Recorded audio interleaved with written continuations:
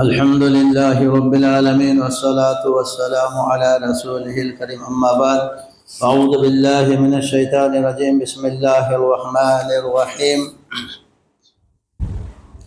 أفأصفاكم ربكم بالبنين واتخذ من الملائكة إناثا إنكم لتقولون قولا عظيما ولقد صرفنا في هذا القرآن ليذكروا وما يزيدهم إلا نفورا قل لو كان معه آلهة كما يقولون إذا لابتغوا إلى ذي العرش سبيلا سبحانه وتعالى عما يقولون علوا کبیرا۔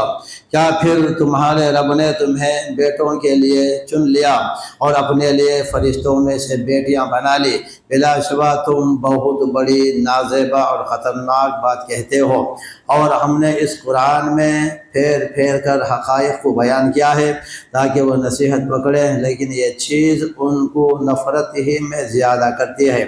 کہہ دیجئے اے محمد صلی اللہ علیہ وسلم، اگر ان کے ساتھ اور معبود ہوتے جیسا کہ وہ مشرک کہتے ہیں تو وہ صاحب عرش اللہ تک پہنچنے کے لیے ضرور کوئی راہ تلاش کرتے۔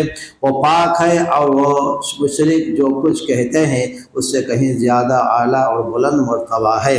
اللہ تبارک و تعالیٰ نے ان چار آیتوں میں 40 سے لے کر 43 تک فرشتوں کو یہ لوگ اللہ کی بیٹیاں کہتے تھے، اس کا ذکر کیا ہے۔ آگے قرآن میں ایک بات مختلف طریقوں سے جو اللہ بیان کرتا ہے لوگوں کو سمجھانے کے لیے ان کی تمام چیزیں بیان کی ہے۔ اللہ تعالیٰ فرماتا ہے اس آیت کریمہ میں ان جھوٹے ملعون مشرکوں کی تردید فرماتی ہے جنہوں نے فرشتوں کو اللہ تعالیٰ کی بیٹیاں قرار دیا کرتے تھے۔ ان ملعونوں نے فرشتوں کے بارے میں جو اللہ تعالیٰ کے بندے ہیں پہلے تو یہ گمان کیا کہ یہ مؤنث عورتیں ہیں، پھر یہ دعویٰ کیا کہ اللہ تعالیٰ کی بیٹیاں ہیں، اور پھر ان کی عبادت بھی شروع کر دی۔ تو ان نبیوں نے ان تینوں باتوں میں سے انہوں نے زبردست غلطی کا ارتکاب کیا ہے، اسی لیے اللہ تبارک و تعالیٰ نے ان کی تردید کرتے ہوئے فرمایا افاصفاکم ربکم بالبنین واتخذ من الملائکۃ اناثا، مشرکو کیا تمہارے پروردگار نے تم کو تو لڑکے دیے اور خود فرشتوں کو بیٹیاں بنا لے؟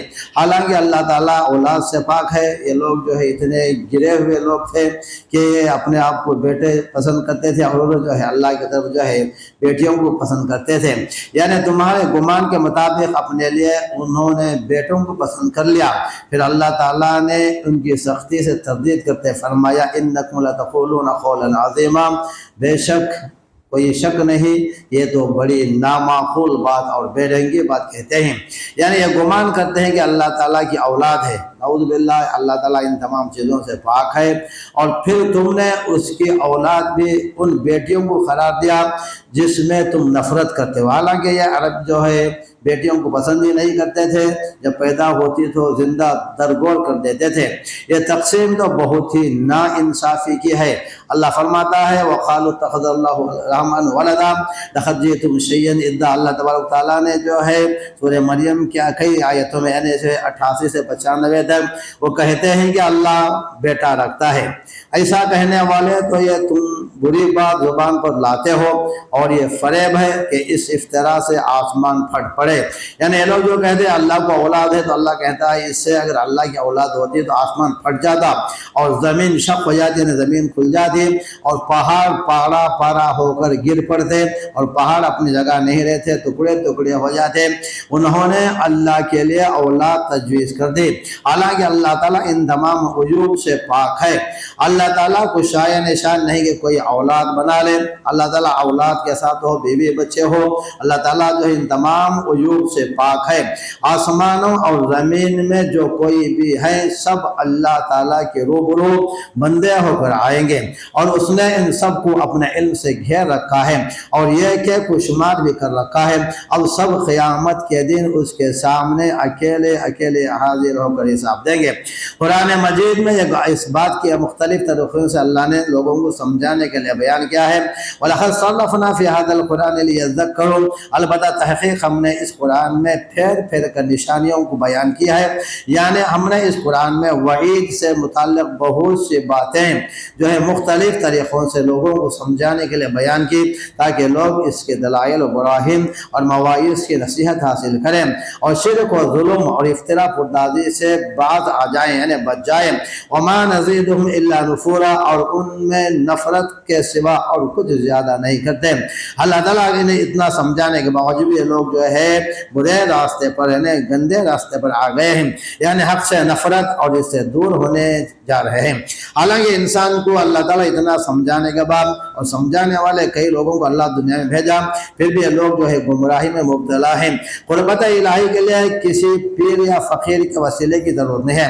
اللہ آگے فرماتا ہے انسان جو ہے اللہ سے محبت کرنا چاہتا ہے، اس کے درمیان کوئی فقیر یا کسی ولی کو جو ہے وسیلہ بنانے کی ضرورت نہیں ہے، بلکہ اللہ تعالیٰ کہتا ہے سیدھے میرے سے تعلق رکھو۔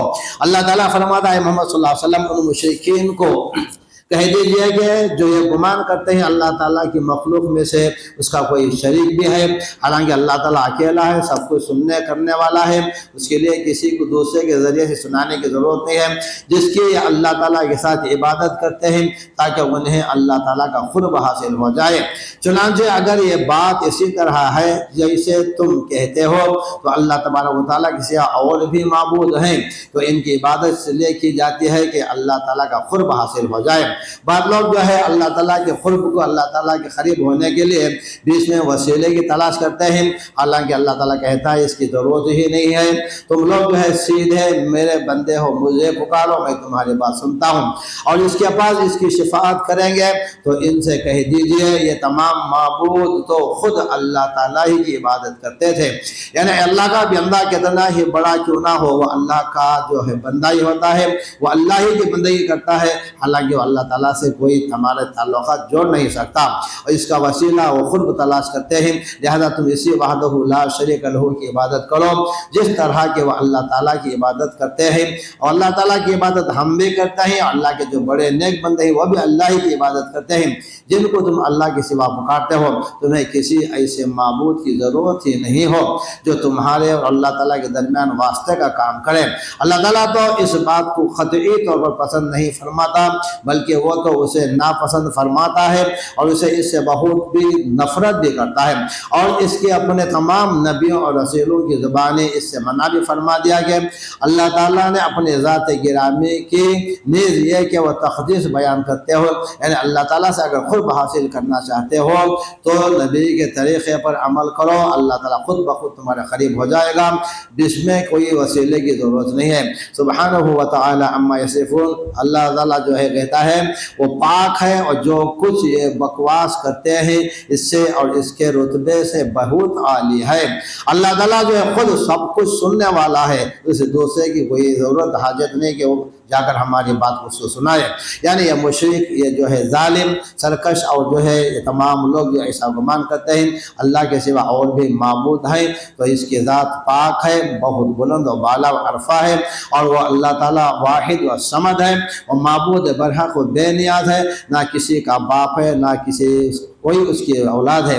یہ تمام چیزیں یہ جو کہتے ہیں یہ بکواس ہے۔ اللہ تعالیٰ کے اگر بندے نیک بندے اگر اللہ سے قرب حاصل کرنا چاہتے ہیں تو سیدھے اللہ کو پکاریں، وہ ہماری بات کو سنتا ہے، کسی اور کی ضرورت ہی نہیں ہے۔ اللہ سے دعا کہ اللہ تبارک و تعالیٰ ان تمام گندی چیزوں سے، شرک سے اور یہ جو ہے گندا وسیلہ جو لوگوں نے پکڑا ہے اس سے اللہ ہماری حفاظت فرمائے۔